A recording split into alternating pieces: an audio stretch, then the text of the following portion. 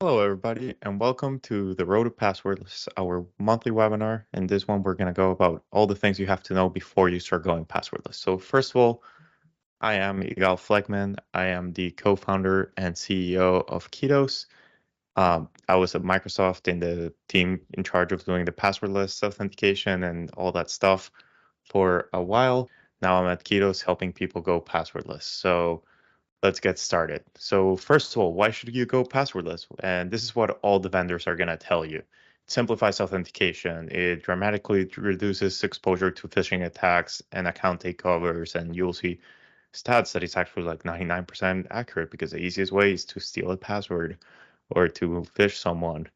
And the other one is it is easy and it saves you thousands of man hours. And in here, some vendors go a little bit crazy with the numbers, and they were like, well, like putting up a long password, going to your phone, clicking yes, that takes 20 seconds. You do that 25 times a day, and you multiply that by all your employees, you're saving thousands of man hours. But even if you don't count those things, I don't know, a little fishy.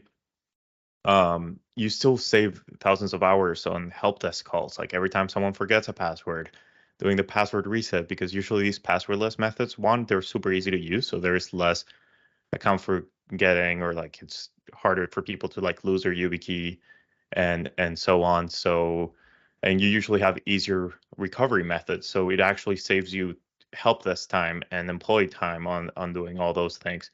Then it also resolves the password reuse problem, because there is a huge problem with passwords being reused everywhere. So an employee might use the same password that they use with you on Facebook, and then if Facebook gets compromised, they can use it and go across. So like that has happened when LinkedIn got compromised, and they were able to get into Dropbox because the employee was using the same password. So easiest way to get rid of that: don't have passwords, have a hardware token, have a mobile authentication app. And the last one is it saves you money in cyber insurance. So we actually at Ketos, we had to up our cyber insurance coverage. And by putting that we are passwordless and we do all these security checks, it ends up saving us money in cyber insurance. So if, if you're doing this, it's kind of like an investment. It might not pay it fully off, but it will help you offset some of the cost. And also at the end of the day, you're more secure. What vendors don't tell you is you can probably do it with your identity provider. You don't have to go like if you're already using Microsoft, Google, something like that, they all support passwordless authentication, and they all support it for free. So there's no crazy thing that you have to do. You don't have to go purchase HyperDuo, any of those providers. You can just do it for free with your identity provider. You might need some tools to help you with the onboarding and so on, but it's there, it's supported, and it's been supported for many years. The second one is not all passwordless are the same, but also not everybody needs the same password list. So we have your YubiKeys and your hardware tokens. These are super secure hardware passwordless. You basically have to steal this from me to be able to get into my account and get my PIN. That's top level security, but maybe not everybody in your company needs to have a $40 key or a $8 smart card to do this. You might have some people with very high privilege use these things, and then everybody else, maybe not the tech savvy, they use their phone for passwordless authentication. But also you have to think of the user experience, and we'll cover this in another slide. But there is the perception of what people are doing. For example, I know hotels are going for the hardware keys, not only because they're a big target, as we saw with MGM, but also because it doesn't look to have your customer-facing employee to be on their phone and be like, oh, no, I swear I'm authenticating. So it looks better to just have them and insert their YubiKey and authenticate. The next step is the password list that you're trying to implement might not be supported for all your workloads. So you have to think of all your workloads. So for example, here, FIDO2 might not be supported on mobile iOS, or it might not be supported on premise. In that case, you might still be able to use a key, so like a YubiKey or something like that with FIDO2 for half of your workloads, but you have to complement that with Azure CVA or phone authentication. So it's kind of like a mix. You have to make sure you take a holistic look, because a lot of these vendors will show you like, oh no, this is a golden path. this works perfectly for this. And then you're like, all right, cool. How do I do that in my iPad? And they're like, yeah, we don't do that. And the last one is it's not a silver bullet. So yeah, you have to protect your identity, but that's not the end of it. That you still have to protect your devices. You still have to do identity isolation, and we'll cover all that in the end. But let's be honest, if you cover your identity, yes, it's a great step forward. You're protected a lot of things, but that's not the last thing you'll ever have to do. So things to consider before you start. As I said, the user experience. So I kind of already covered it. Like, what do you want your users to have? Do you want them to have their phone out? Do you want them to just be able to put in their cards? Um, Also, like, are they able to put the cards, or like, is the USB port on the back? Maybe you need smart card readers that are on the front. So all these little things that might seem not that important, they really add up when you have thousands of users. And the more comfortable you do it, the less resistance there is, and the easier it is for people to be part of it. Then use cases where passwords are utilized. So I see this problem so many times. People are like, oh no, we're super secure. We went passwordless. We have passwordless in our corporate identities. And it's like, all right, that's amazing. What are you doing for Wi-Fi and VPN? We still use a password. Servers and databases, we still use a password. SSH, we use a shared SSH key. Third-party services that might not support SSO, they might not have it. So when you're looking at this, yes, it's all by steps. You can't just solve everything at once. And I don't want you to like see all these problems and be like, well, we're not doing anything. So it is by steps, but once you do passwordless for your corporate identity, that doesn't stop there. You have to go to SSH, go to the Wi-Fi, go to the servers and databases, and then at the end, make sure that all your other services support SSO. And we have had people ask us if we support SSO, because if not, they can't do it. Like, it becomes part of their compliance guidelines. You cannot purchase a solution that doesn't support SSO. And then the last one is cost of implementation. You have to cost it out. There's going to be cost involved. There's going to be education, help desk, infrastructure cost. What tools are you going to purchase? All those things, you have to do it, but also look at the runtime cost. Is this going to save you money in the long term? So, for example, we see with EasyCMS, help desk cost calls go down by 50%. So now you have 50% of your help desk that can do other things. So all those things, and we have a great ROI calculator in our site. So if you go there, you can kind of see, you enter your parameters and you can see how much it's going to cost you and so on, and you can make decisions out of that. So step number one, select your tools. IDP selection. You already probably have your identity provider, so that one you already selected. So you just have to see what they do. And as I said, I don't know of a single identity provider that doesn't support passwordless. So the one you are supports it. No need to go run and get another tool to passwordless and do identity management, because you're also introducing another attack surface, as we saw this week with Okta getting hacked. Like, you're just adding more to your system. Yes, it happens to everybody, but it's something to keep in mind. Second one is passwordless methods. So here we already kind of talked about it, but you have to look at the risk profile. It's not one size fits all. You might have your C-level people use hardware, and then everybody else use phone, or like you kind of like said it. Maybe your customer-facing people use hardware because they get targeted more, and then your back office people don't use it. So you have to think of that. Think of what phone they're using, OS, what support there is for all those things in all the different things.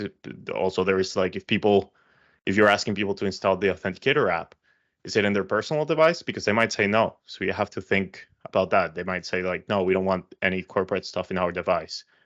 And then, if applicable, distribution methods. So before, it used to be really easy for rolling out smart cards. You were in the office, so you just said, go to the help desk and get your card.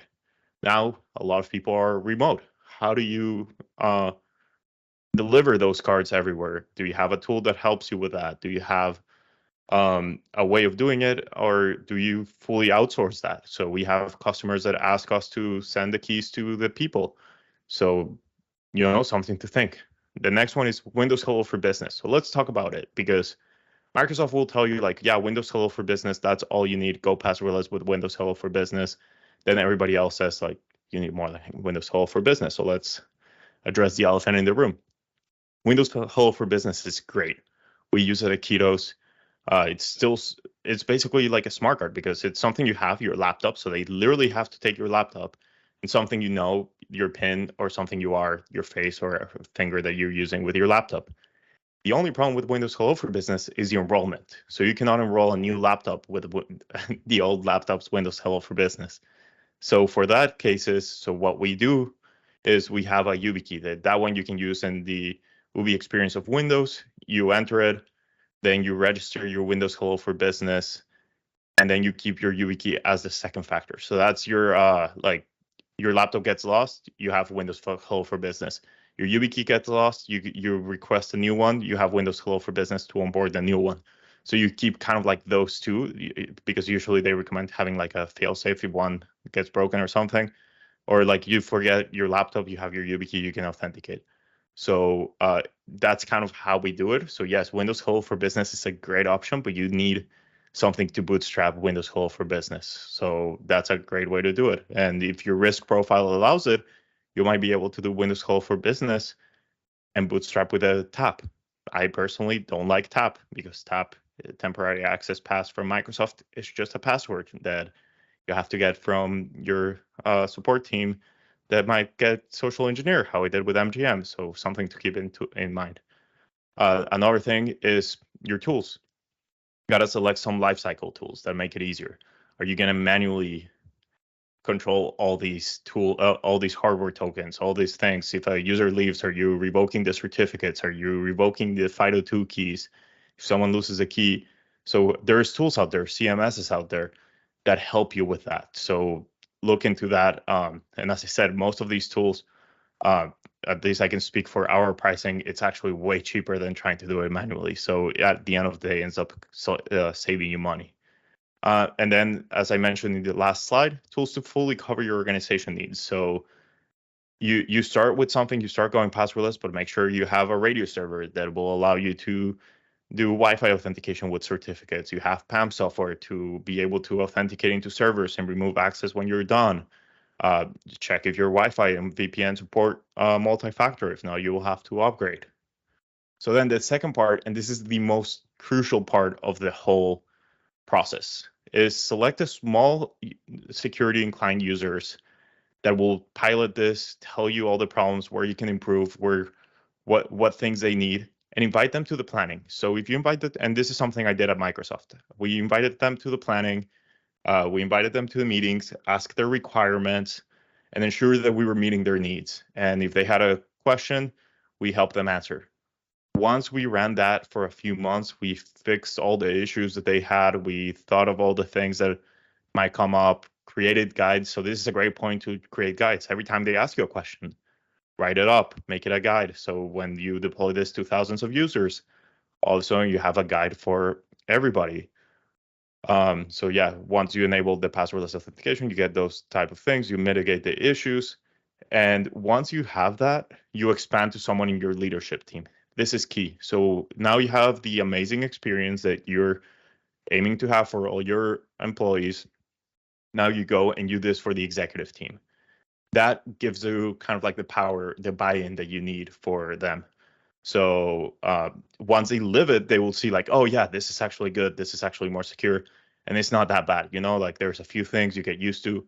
And I remember doing this personally, like me going to their office being like, sir, here's your YubiKey.